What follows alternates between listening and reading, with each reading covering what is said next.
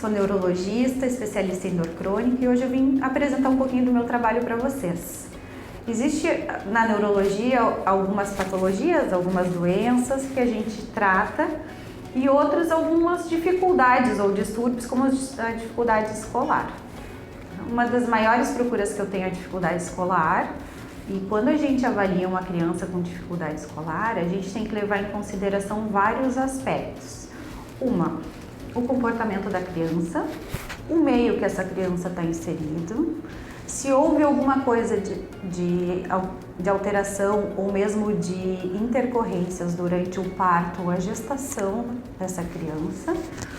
E para eu conseguir fazer uma avaliação ampla nesse sentido, eu tenho que fazer exames de investigação dentro da queixa que aquele familiar, aquele pai ou a escola vem apresentando, para eu poder excluir causas secundárias de dificuldade escolar.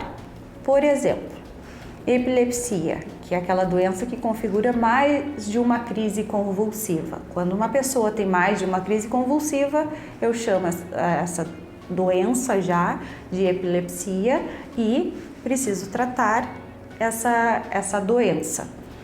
Essa doença é uma doença que é controlada por medicação e que deve ser tratado. Por quê? Porque interfere no aprendizado da criança, por exemplo, ou nas atividades de vida diária de um adulto. Então, eu peço sempre um eletroencefalograma, por exemplo, eu tenho que avaliar a estrutura desse cérebro, eu tenho que excluir carências do metabolismo, por exemplo, anemia, problemas de tireoide, faltas de algumas vitaminas que podem estar influenciando no aprendizado dessa criança. Claro, vou ter que avaliar o ouvidinho ou não dele novamente com um exame um pouco mais aguçado, um pouco mais específico, talvez se o caso for a linguagem, o problema daquela criança naquele momento da queixa do aprendizado. Uma das coisas muito importantes também que a gente para classificar ou para chegar num diagnóstico, quando a criança vem com um atraso no desenvolvimento ou com dificuldade escolar, que a gente percebe que assim, quando ele começa a entrar na pré-escola, é que as professoras se dão conta das dificuldades da criança. Até então, às vezes se supõe que é preguiça, a fala ou atraso na caminhada ou mesmo na alfabetização, que é quando procuram a gente, tá? O interessante é que seja procurado o mais precoce possível, mesmo supondo que possa ser a preguiça da criança, por exemplo, eu tenho que avaliar essa criança para excluir todas as possibilidades para depois dizer que é a preguiça ou que cada um tem seu tempo, né? E porque eu tenho que reabilitar essa criança um quanto antes. Hoje a gente sabe que fonoterapia, fisioterapia, quanto antes a gente começar, melhor é o desfecho da situação, porque criança é igual a estímulo.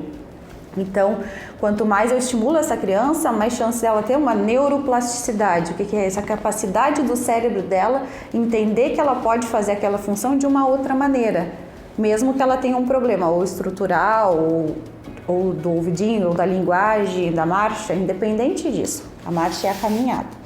Então, uma das coisas que me ajuda a saber para que lado eu vou com essa criança, ou se é só um atraso, ou é ansiedade, ou é um problema em casa que fez com que a criança regredisse um pouco, ou algo que eu possa pensar na questão de autismo ou deficiência intelectual, é a avaliação neuropsicológica. Ela vai avaliar a criança através de escalas, se ela é autista ou não, se ela pode ter TDAH, que é transtorno do déficit de atenção e hiperatividade. A psicóloga ela vai avaliar a criança como um todo, ver se essa criança é ansiosa, se existe uma dinâmica familiar que a gente pode estar intervindo para auxiliar no aprendizado, se o sono está bom, se não está. Então, é toda uma avaliação, o QI, né, que avalia a inteligência dessa criança. Então, isso faz com que a gente tenha uma avaliação ampla e multidisciplinar dessa criança para que a gente chegue num diagnóstico.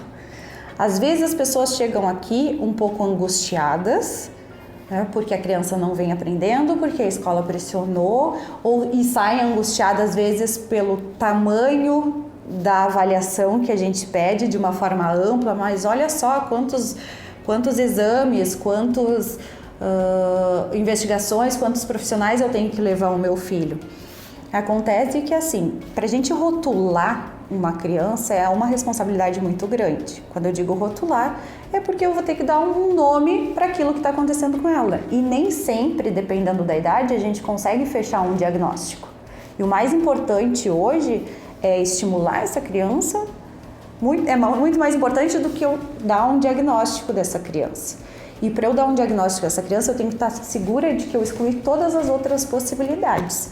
Por isso, às vezes, a gente acaba pecando por excesso, vamos assim dizer, com uma investigação ampla que gera um desconforto, porque muitas vezes gera um desconforto no bolso dos pais ou da própria prefeitura ou o que for, né? Aquela entidade que está trazendo essa criança para a gente. E até às vezes dos próprios professores, com a demora da gente ter um CID, um númerozinho.